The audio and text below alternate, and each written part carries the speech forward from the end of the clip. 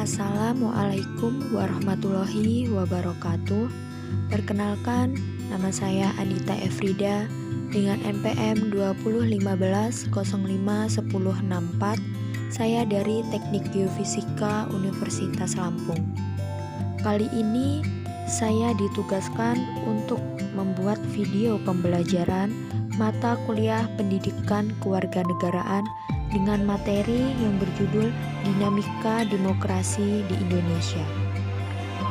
Demokrasi berasal dari dua kata dalam bahasa Yunani, yaitu yang pertama demos yang berarti rakyat dan kratos atau kratien yang berarti pemerintahan, sehingga dapat diartikan demokrasi adalah sebagai pemerintahan rakyat.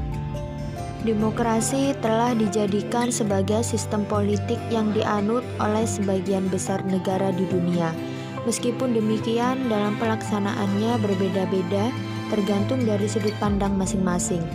Keanekaragaman sudut pandang inilah yang membuat demokrasi dapat dikenal dari berbagai macam bentuk.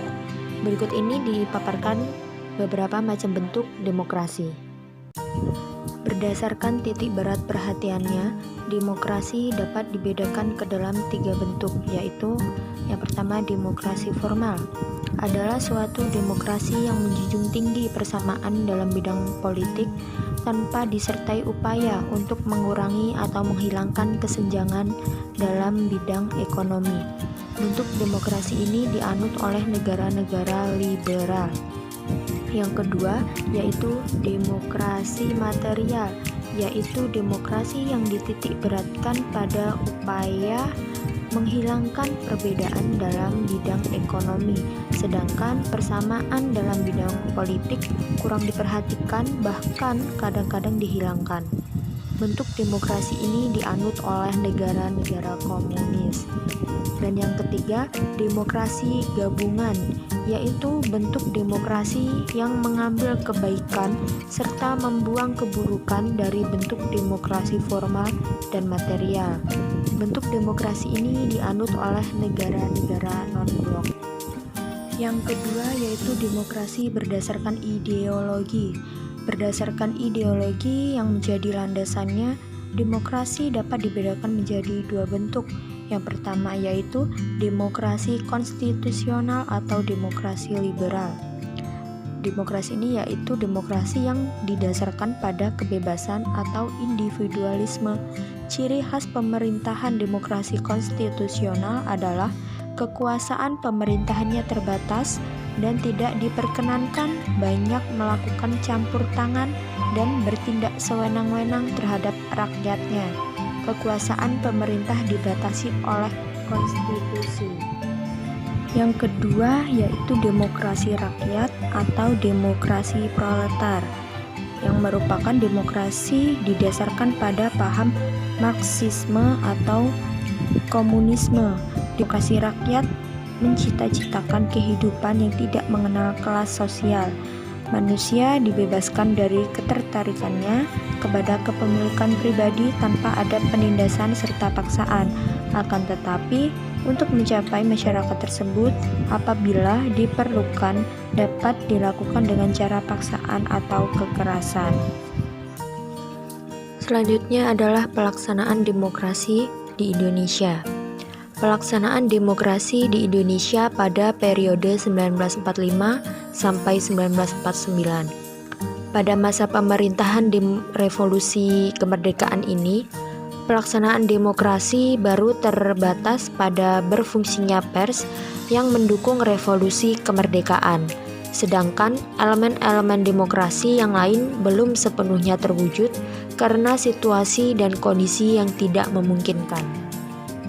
Selanjutnya, pelaksanaan demokrasi di Indonesia periode 1949 sampai 1959. Periode kedua pemerintahan negara Indonesia ini merdeka berlangsung dalam rentang waktu antara tahun 1949 sampai 1959. Pada periode ini terjadi dua kali pergantian Undang-Undang Dasar. Yang pertama, pergantian Undang-Undang Dasar 1945 dengan Konstitusi RIS dengan rentang waktu 17 Desember 1949 sampai 17 Agustus 1950. Dalam rentang waktu ini, bentuk negara kita berubah dari kesatuan menjadi serikat. Sistem pemerintahan juga berubah dari presidensil menjadi kuasi parlementer.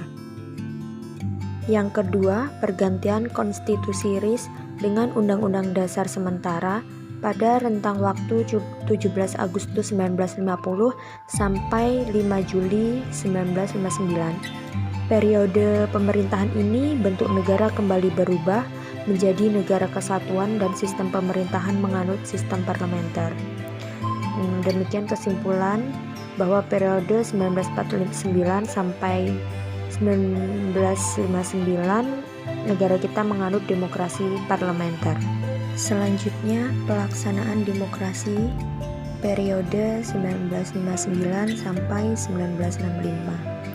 Pada periode ini, kinerja Dewan Konstituante yang berlarut-larut sehingga membawa Indonesia ke dalam persoalan politik yang sangat detail.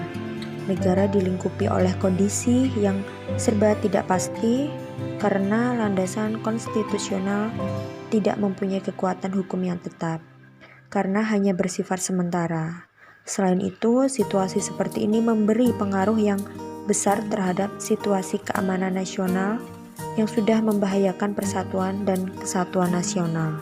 Yang selanjutnya yaitu pelaksanaan demokrasi periode 1965 sampai 1998. Periode ini yaitu visi utama pemerintahan Orde Baru ialah melaksanakan Pancasila dan Undang-Undang Dasar Negara Republik Indonesia tahun 1945 secara murni dan konsekuensi sebagai kritik terhadap Orde Lama yang dianggap telah menyimpang dari Pancasila. Era baru dalam pemerintahan yang kemudian dikenal sebagai Orde Baru dimulai setelah melalui masa transisi yang singkat yaitu antara tahun 1966 sampai 1968 ketika Jenderal Soeharto dipilih menjadi Presiden Republik Indonesia. Selanjutnya, pelaksanaan demokrasi periode 1998 hingga sekarang. Demokrasi yang diterapkan pada era reformasi ini adalah demokrasi Pancasila. Setahun kemudian yaitu pada tanggal 7 Juni 1999 dilaksanakan pemilihan umum yang demokratis. Pertama, pemilu yang dilaksanakan jauh lebih demokratis dari yang sebelumnya. Sistem pemilu yang terus berkembang memberikan jalan bagi rakyat untuk menggunakan hak politiknya dalam pemilu. Bahkan puncaknya pada tahun 2004, rakyat bisa langsung memilih wakilnya di lembaga legislatif dan presiden atau wakil presiden pun bisa dipilih secara langsung. Dan yang terakhir, disimpulkan fungsi dari demokrasi. Yang pertama yaitu ada sebagai sistem politik yang memberikan kekuatan untuk memilih pemimpin rakyat dan pemerintahan secara bebas serta adil dalam pemilihan umum. Selanjutnya, memberikan kebebasan bagi individu sebagai warga negara untuk dapat aktif dan berpartisipasi di dalam politik dan sebagai warga. Fungsi selanjutnya memberikan perlindungan kepada hak asasi pada warga negara. Dan yang terakhir, menghasilkan sebuah aturan yang berlaku kepada semua warga negara tanpa adanya pandang bulu. Mungkin itu saja yang dapat saya sampaikan mengenai video pembelajaran dengan judul Dinamika Demokrasi di Indonesia. Terima kasih. Wassalamualaikum warahmatullahi wabarakatuh.